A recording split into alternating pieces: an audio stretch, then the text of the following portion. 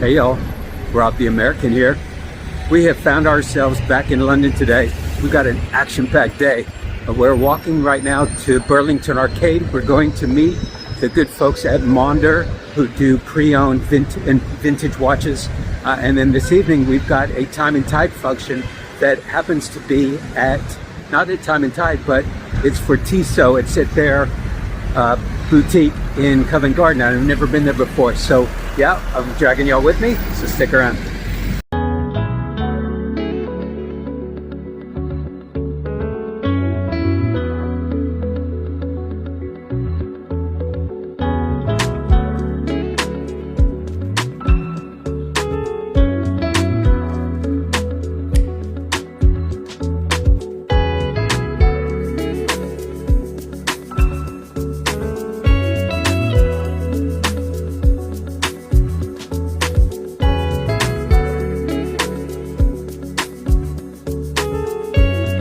All right, folks, we've arrived at Maunder. Let's go in and check it out.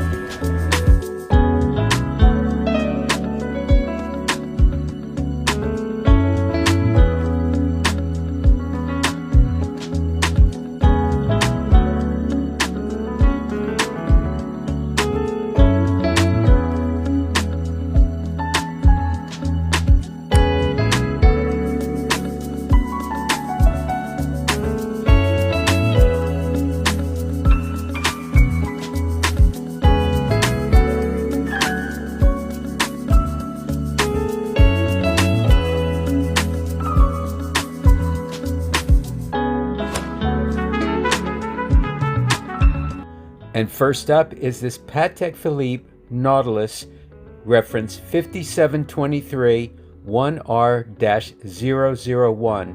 This reference was completely off catalog, making it as elusive as it is striking. The bezel is meticulously set with 32 brilliant cut diamonds. Diamond set Nautiluses have been very limited in production, and whoever would have been offered this watch would have been hand-picked by Patek Philippe. And no wonder, just look at it. Oh my God, wow.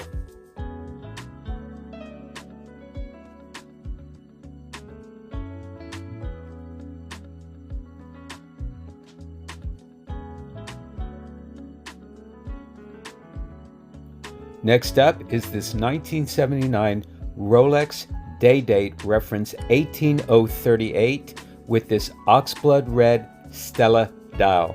Rolex Stella dials were produced during a period when Rolex outsourced some of its dial manufacturing to a company called Stella, an Italian lacquer specialist. This striking watch features the iconic fluted bezel along with the equally iconic solid 18-karat yellow gold President bracelet.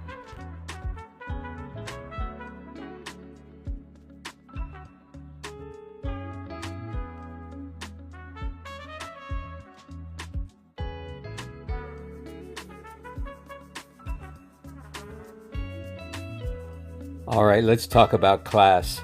This is a 1990s Cartier Tank Cintree dual time in 18-karat yellow gold. When this was produced, it was limited to only 90 timepieces. The subtly curved, elongated case fits my wrist perfectly.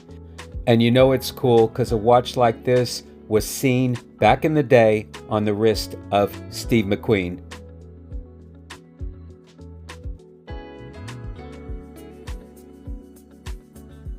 And if you look carefully at this 1970s Rolex Daytona 6263, you will see Tiffany & Co. stamped on the dial.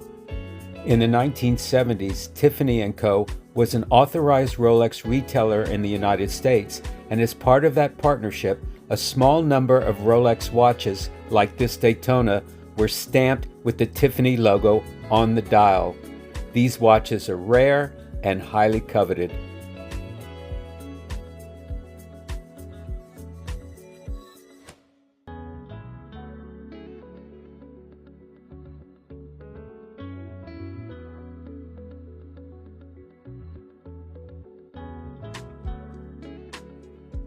How about this 1979 Rolex Day Date, reference number 18038, with this unique Black Onyx Dial and Arabic day and date discs.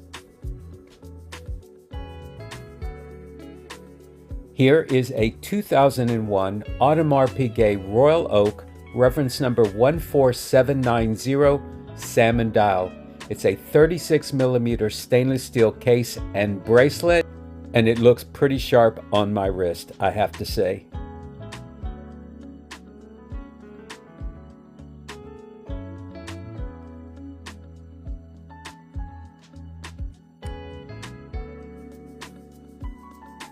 And we are back with Cartier with this super cool 1990 Cartier Basculante with this fold-over mechanism situation thing, which is so cool. We first found out about this and saw one also in Burlington Arcade with our good pal Daniel Somlo, who, by the way, was the one that recommended us coming to see the Maunder guys. So yeah, this is an awesome watch.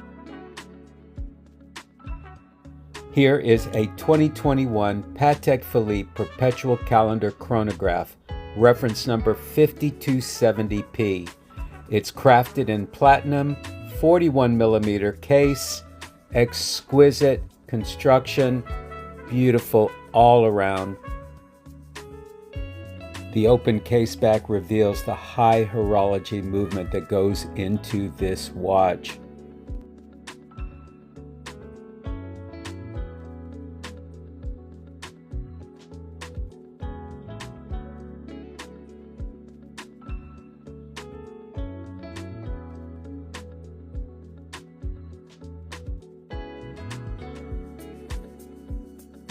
And last but certainly not least is a watch you probably will never see in your lifetime, which I'll never see again in my lifetime. This is the Rolex Deepsea Special Number 35. It's from 1966. It's a 43mm stainless steel and yellow gold case.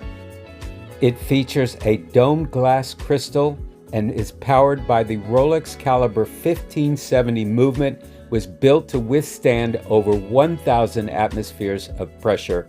It's engraved with the number 35 on the back of the case. The Rolex Deepsea Special is a profound and unique artifact.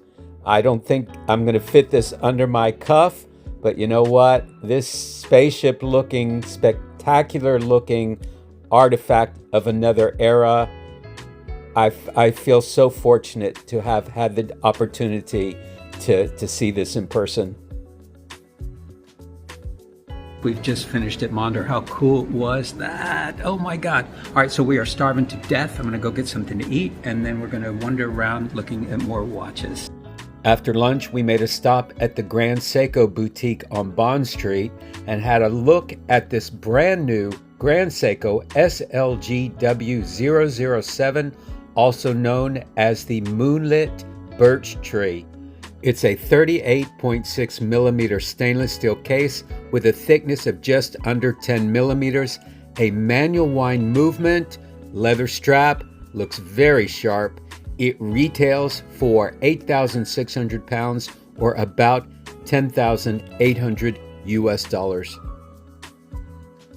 They also had the Seiko Prospex Solar Speedtimer Datsun Fairlady Z limited edition. In 1971, the Datsun 240Z, adorned with Seiko logo sponsorship, won the East African Safari Rally.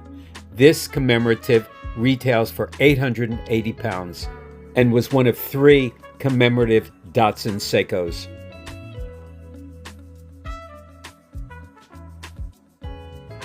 Our new pal James at the Louis Vuitton store on Bond Street showed us the 2 LV watches that I've been wanting to see. These are the Louis Vuitton Tambour Tycho Spin Time collection. Both of them are white gold timepieces with the 3-dimensional spinning cube displays, which are inspired by and meant to evoke the overhead flap displays of airport timetables of days long past. Very cool and very expensive.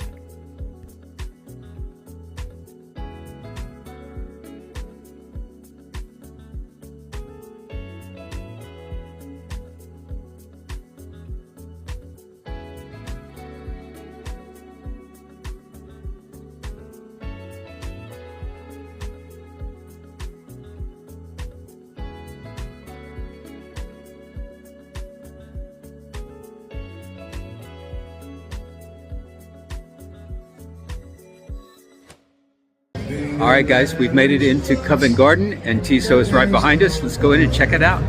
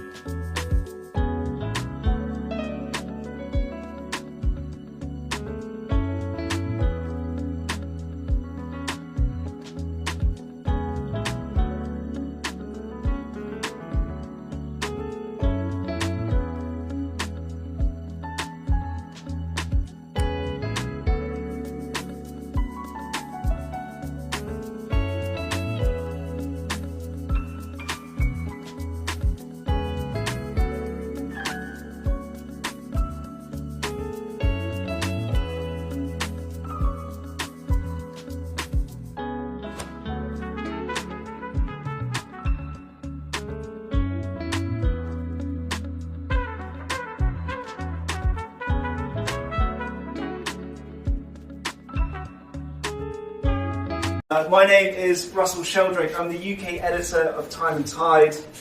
A great pleasure of mine to welcome you all here to Time and Tide's takeover of the Tissot boutique to celebrate, I was going to point behind me, but it's not behind me anymore, the Rock Watch. 40 years in the making. This is probably the biggest re-release that Tissot's had in my memory, that's for sure.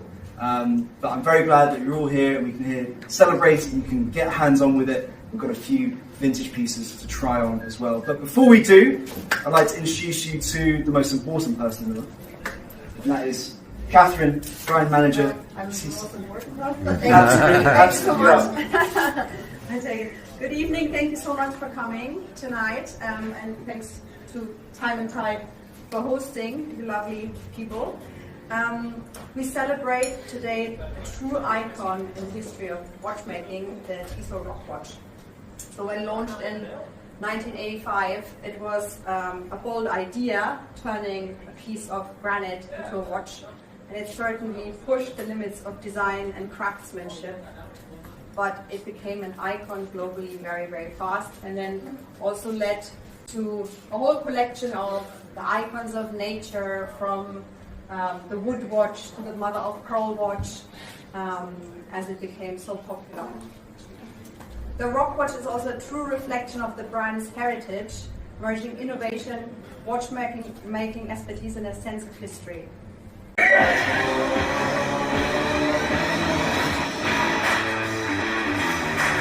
All right, y'all, that's going to be it for me today. I got a train to catch to get back to Manchester. Wow, what an action-packed day we've had.